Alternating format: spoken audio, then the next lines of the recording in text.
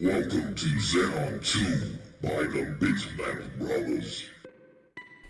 Hello everyone, this is a quick video to show you the difference that upgrading to a 68010 can make on Bitmap Brothers games.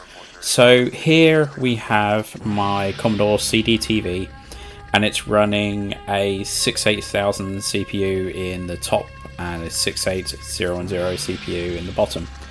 Exactly the same machine. Apart from that, it's pretty much stock, just got a 8 megabyte fast RAM upgrade, which is used in both examples here.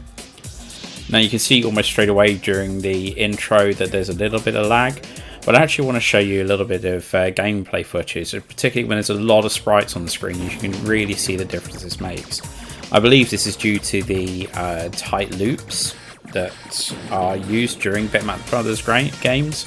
The 68010 is particularly optimized for very small tight loops, and even though everyone says, oh, it only makes a 10% difference, it really does make a much bigger difference when this type of code is used.